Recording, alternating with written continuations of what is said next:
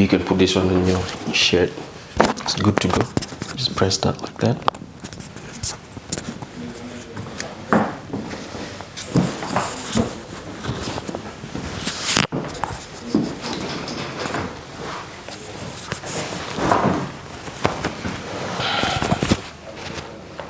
Like that? Yep. All right.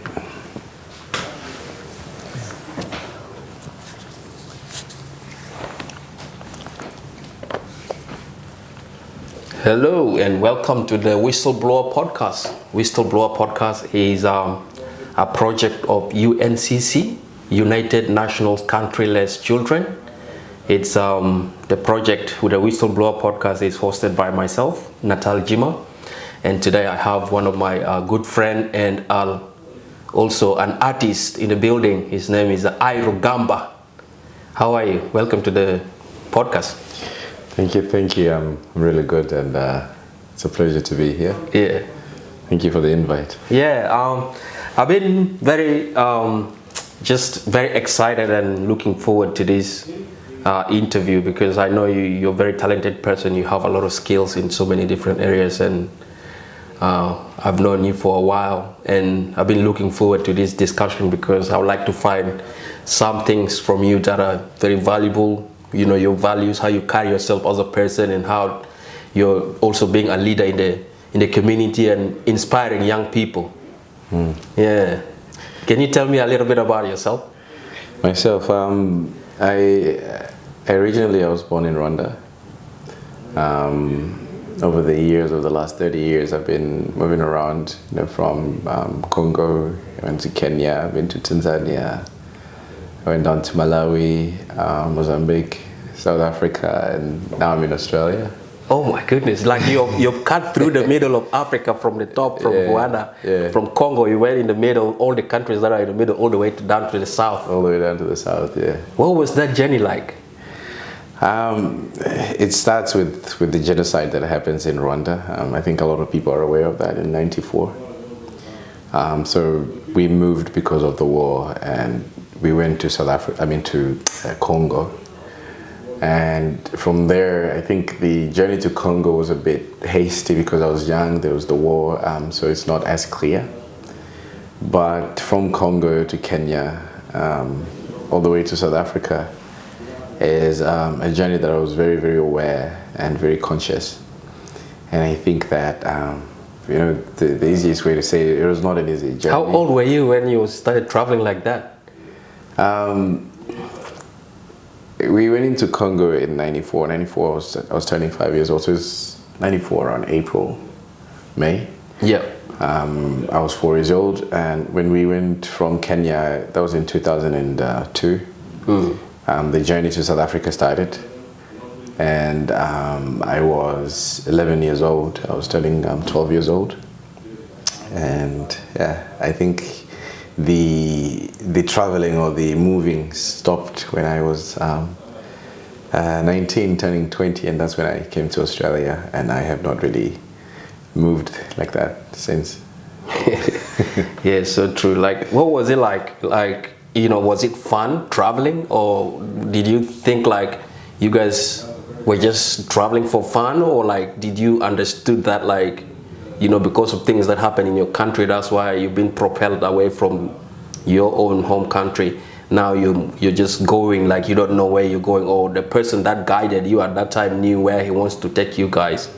And like, what was the reason for all your travel? Were you able to understood at that time when you were young? When I was young, I've always followed my father because that's the person that we had growing up, and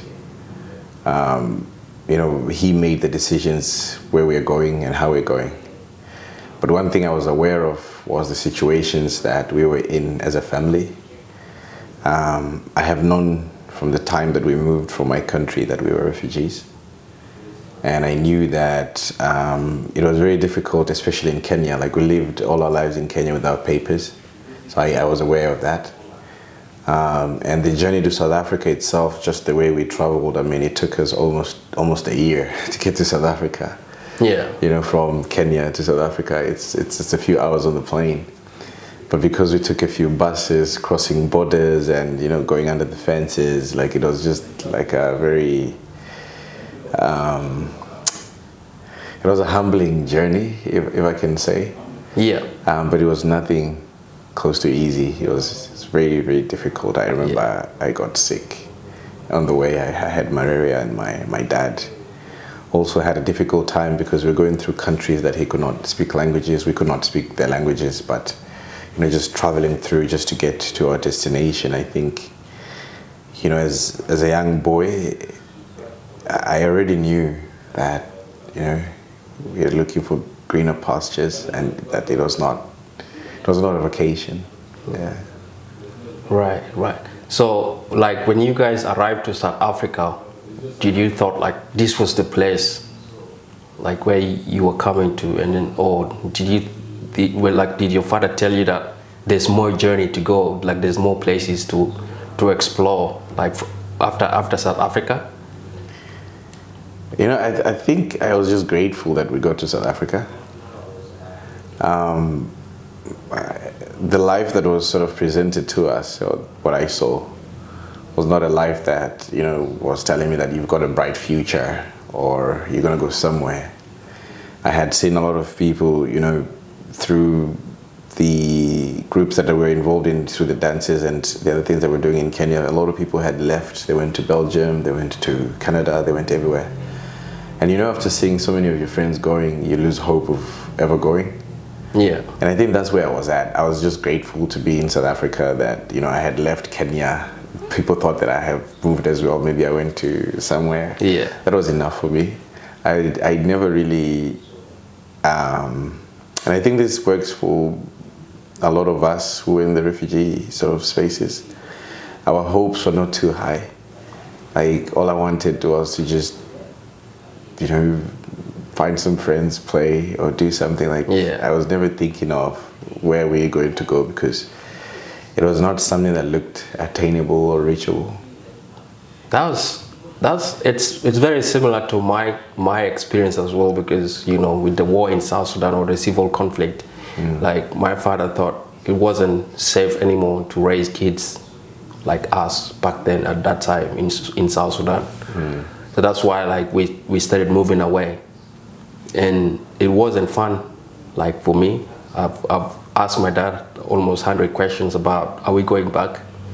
Where are we going? Are we there yet? You know. Yeah, because like, you get to somewhere, you make friends. Yeah. You start school maybe, and then in a few years you have to move, and then you move somewhere else, and then you start, you know, school again, new friends, new language. But place. Do you think that helps your mind to grow, and you get open, like you become an open-minded person, like, you know, interacting with different type of people from different countries and speaking different languages? Do you think that sort of like empowers you to be a stronger than the same person who lives in the same place until they grew up? Definitely, but also it's the question of what is strong, you know? Yeah. I speak about 7 to 9 languages, so the others is where I can get myself around, but there is a few languages that I can speak, I can read, I can write. You know, the opportunity came not because I wanted the opportunity, but it was a necessity. Yeah. So it was a survival mechanism. Right now at my age, it's a beautiful thing that I have that, you know. But when you're looking at going through it, it wasn't such a beautiful thing, because I learned the language because I did not want the kids to tease me. Yeah. I, you know, fit in some areas that I was not really supposed to be, because that's the only thing that I could do to just, you know, seem normal. Yeah. So yes, it's a big plus to have been able to, you know, navigate all the countries or the places that I have been. But also sometimes I think to myself, you know, like, if there was never war in my country, and this is looking at people who have their own countries and life have moved on, you know, and we didn't lose so many people, would I trade that for this journey that, you know, I went through? Yeah. And I think I would prefer being a village boy in my village, seeing my grandmothers, you know. I miss the fire, I miss my family, you know. Yeah. So I think that one way we look at it, and it's because we don't have a choice. I don't have a choice. You know, I have to say that, you know, it's been a fantastic opportunity. You know, if you're going to call it opportunity, because I've never seen it as opportunity until now, where I can say I speak so many languages. You know, I've been to so many countries. Yeah. And when you say that, people think, oh my God, that's so wonderful. But it's all traumatic. Yeah, and that's sense. Yeah. in a sense, like that's the consequences of having conflict or like war in your country, because you lose the structure of your family. Like you start not knowing who is your uncle, who is your auntie, who is your grandparents. Yeah. You know, the cultural foods that you eat and the stories that, you know, your grandparents would have loved to tell you as a child. That beauty of life is taken away the moment that war arrived in your country. And then when you start moving away, you start discovering a lot of other things, like finding to be able to speak in many languages. You know, it's beautiful, but I wouldn't say you would trade that for the journey that you have come through. No, like, wouldn't trade that. I think the best way to say it is we speak English now. Yeah. Right? But the owners of English do not speak your language. Right. And that's very correct. What it means is that you understand them, but they don't understand you. Yeah. So that's the hardest thing to have in life. Do you think we can ever break that barrier, like so that both of us can understand each other? Oh yeah. Like crystal clear? Yes. Yes. That's what do we need to achieve, or how, like what's the process to achieve that? You know, the Englishman can understand a non-English speaking person like the way we understand them. And so I think that, you know, and I use the English because it's the easiest. I mean, me and you are African, communicate in English. But, you know, it goes back to where we are from, our tribalism. Yeah. Right? Yeah. So the fact that I speak a bit of Zulu and I speak Tswana and I can understand a bit of Xhosa here and there, it makes me easily understand customs and cultures within, you know, those environments or within these cultures. Do you think that teaches you to be very tolerant of other people? It does. Yeah. It does. But also I think what I'm trying to say is that, you know, you accumulate all this knowledge and all these things, which is beautiful, but you find that it is used for others, not necessarily for you. And what I'm saying is, like, you understand the language, for example. You know, when you're hurt, being a person of culture, to truly understand your pain, you need to say it in your language. You need to go to somebody who really can, you know, how you can express yourself.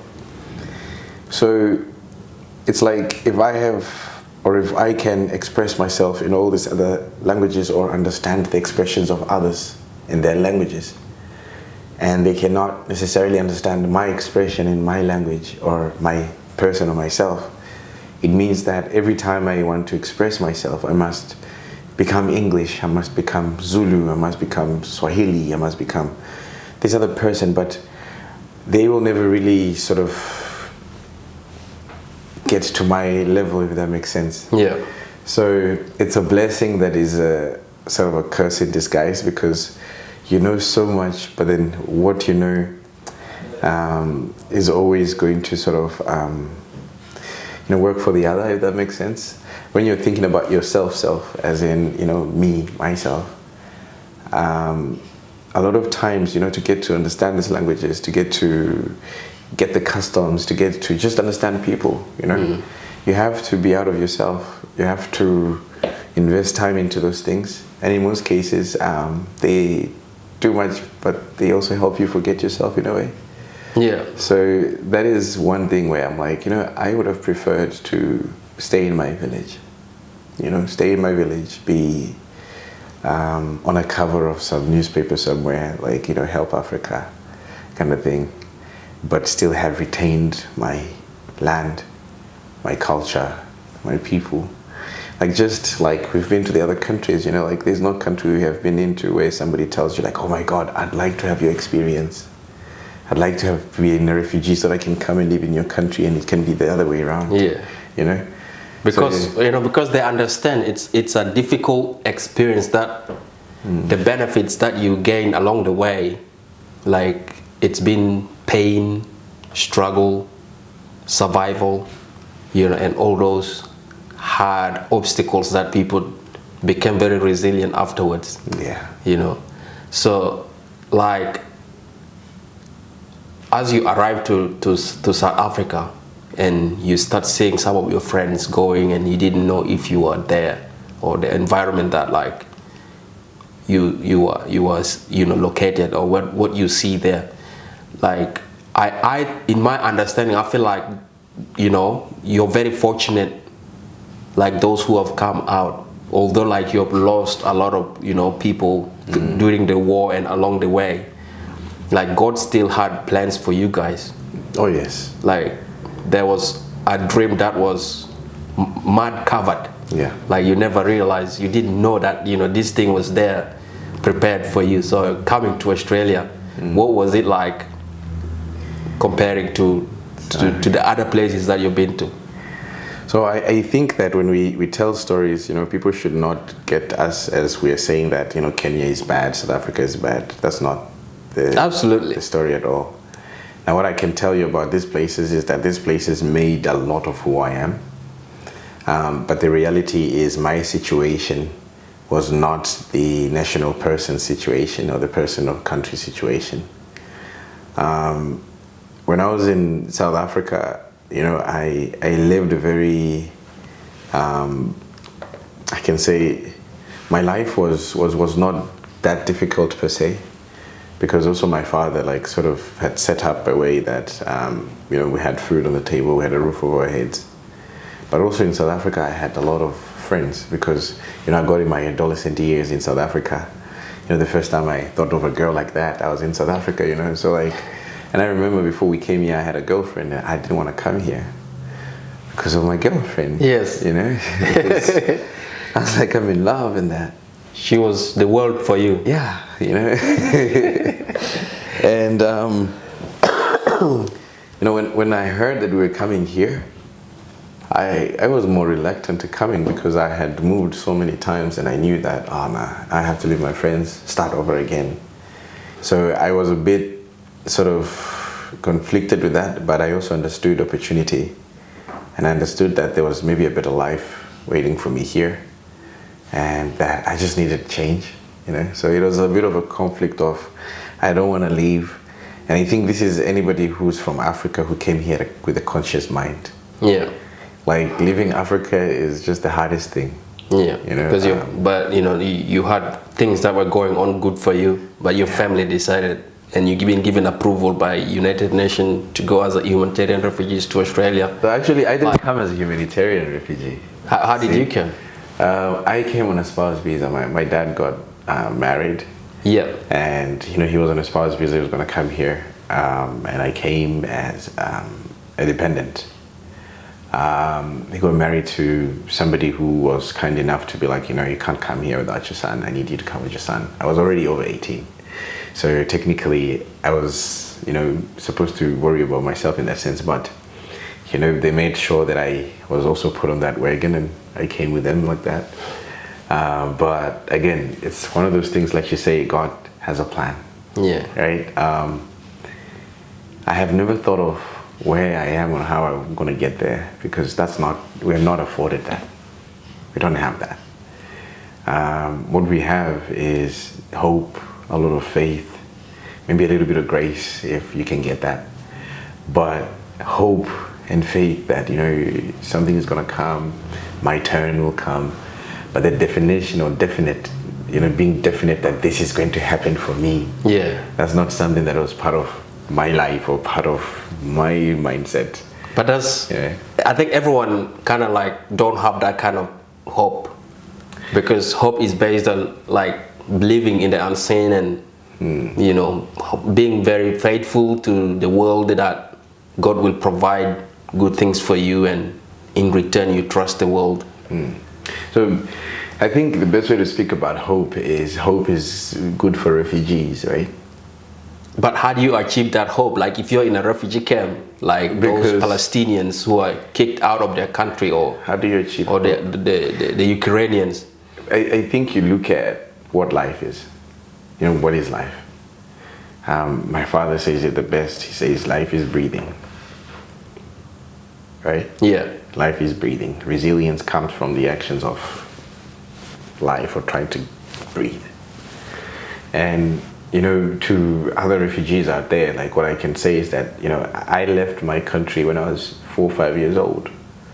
I'm 35 this year, and still I'm going strong. I don't know how I got here, but I did. The one thing you can never lose is hope. And, you know, hope is something you give yourself, because hope is like a thought. I don't think anybody has It's part of being positive about your life. You know, so the thought in your head, you know, you close your eyes and you sort of see it, but you don't see it like you see that light or like you see yourself. It's just something that's there. Yeah, you know? It's unseen. Yeah, and you get optimism like, today I'll have dinner. You know you're going to have dinner tonight because you had dinner yesterday and the day before yesterday. And even if you don't have dinner today, you're like, you know what, I'll have dinner tomorrow. Yeah. So that is hope, you see? And to tell yourself that I'm going to be able, or I'll also come out on the other side, even if you don't. See, I like going back to my dad, because like a lot of things that I learned, my life has been just around my father a lot. Yeah. And a lot of my lessons I get from him. And, you know, one thing that I learned from a young age